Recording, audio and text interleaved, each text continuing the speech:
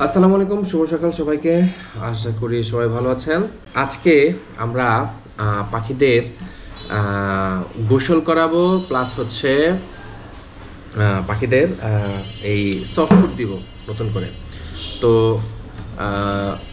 চলেন আমরা সফট ফুডগুলো বানানো শেষ করে আমরা আমাদের ওই যে নতুন পাখিদেরকে সবগুলো যেগুলো একসাথে করেছে সেগুলোকে একসাথে দিব এবং তারা কতটা মজা করে খায় সেই বিষয়টা আমরা দেখব। আর আমি কি কি ওষুধ মেডিসিন ইউজ করি সেটা আপনাদেরকে দেখাই। আজকে হচ্ছে মেডিসিন দেওয়ার দিন। আমি সফট ফুডের সাথে অ্যাকচুয়ালি মেডিসিনগুলো দিই, আর এগুলো হচ্ছে সবই ভেটাফর্মের ওষুধ। এটা হচ্ছে একটা হচ্ছে ডি নিউট্রিক্যাল, হ্যাঁ, ডি নিউট্রিক্যাল। এগুলোর তো আপনারা জানেন ভেটাফর্মের এগুলো আরও বড় ইয়েতে হয়। আমি লুজ আকারে কিনছি অল্প অল্প করে। আমার যদিও পাখি এখন মোটামুটি একটু বাড়ছে, তারপর আমি লুজ আকারে কিনতেছি। ভাই আমি এত মানে পয়সা হলাম না, কিন্তু পাখির জন্য যতটুকু মানে ভালো করা দরকার ততটুকু ভালো করা ট্রাই করতেছি। এবং এই ওষুধগুলোর দাম অনেক ভাই, অনেক। তো আমি আমার পাখির জন্য কোনো প্রকার কম্প্রোমাইজ করি না। পাখির ক্ষেত্রে যেটা প্রয়োজন সেটা যদি একটু বেশি দামও হয় আমি সেটাই কেনার ট্রাই করি। এইখানে নিউট্রিক্যাল দেখেন 30 গ্রাম নিয়েছিলাম, আর সলোফেট ডি 15 গ্রাম, আর ব্রিডিংয়ের জন্য আরেকটা আছে ব্রিডিং 8, ওইটা মনে হয় 20 ml নেওয়া হয়েছিল। তো এই তিনটা ওষুধ আমি কিনছিলাম, মোটামুটি 1400 টাকার মতো খরচ পড়ছিল। তো এই হইতেছে অবস্থা আর কি।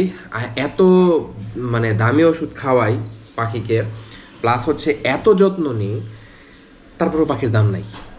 আমি রাগ করে বলতেছি না, যারা ধরেন পাখি শখে কিনতে চান বা শখে পালতে চান তাহলে একটু শখটাকে ওইভাবে করেই দাম দিয়েই পাখি কিনেন আর কি, যারা কিনতে চান। আর হাট থেকে কিনেন ভাই। হাট থেকে কিনলে হাটের দাম আইসা আমরা যারা অন্তত ঘরে পালি বা আমরা যারা একটু টেক কেয়ার করে পাখি পালি তাদের কাছে ওই হাটের দাম আইসা বললেন না। মানে এটা খুব ইরিটেটিং লাগে, খুব কষ্টের লাগে। আমি আজকে কষ্ট থেকে কথাগুলো বলেছি। আমাকে অনেকে এমন কিছু বলেন, গোল্ডিয়ানের দাম মানে কি বলবো, আমাকে তো গোল্ডিয়ানও মানে জেব্রা ফিঞ্চের চেয়ে দাম কম কম কম বলে মানুষ। মানে আমি বুঝি না কেন। পাখি পালতে হলে লজ্জা টজ্জা ভুইলা একটু দাম দিয়ে আপনি প্রয়োজনে একটু সময় নেন, সময় নিয়ে তারপরে পাখি হলেন। আমি কিন্তু যার কাছ থেকে পাখি নিছি কেউ বলতে পারবে না যে তার সাথে আমি এত মূলামূলি বা এত ডিফারেন্স বার্গেন করছি। কেউ চাইছে 3200 টাকা চাইছে, হয়তো বা আমি 100 টাকা কি 200 টাকা কমাইছি, বলছে যে ভাই 200 টাকা কম রাখেন। তাও মানে এটা খুব রেয়ার। হয়তো বা আমার পাখি দেখলে বা অন্যান্য যারা যত্ন নিয়ে পালে তাদের পাখি দেখলে হয়তো বা আপনাদের ভালো লাগে। ভালো লাগার কিছু বিষয় আছে ভাই। ভালো লাগার পেছনে অনেক খাটাখাটনি আছে, অনেক খরচা আছে, যেই কারণে আপনার কাছে আমার পাখিগুলোকে সুন্দর লাগে অন্যান্য পাখিগুলোর চেয়ে। সেইটা অন্তত মানে একটু বিবেচনা করেন। আমার পাখিগুলো কেন এত সুন্দর, কেন হাটের পাখিগুলো এত সুন্দর না, বা হাটের পাখিগুলো কেন এত কম দামে বিক্রি করে দেয়। এই বিষয়গুলো যদি একটু ভাবেন তাহলে বুঝতে পারবেন। হাটে থেকে আমিও পাখি কিনছি, এবং হাটে কম কম টাকায়ও না, যেই টাকা চাইছে আমি সেই টাকায় আমি পাখি কিনছি। আমার মনে আছে 3500 টাকা দিয়ে সেটা এমন এক পাখি কিনছি যেটা অ্যাকচুয়ালি 3500 টাকাও না। যারা নতুন নতুন কিনতে চায় তাদেরকে কিন্তু যারা ব্যবসায়ী যারা তারা ঠকায়। আমিও ঠকছি, এখন কিছু করার নেই।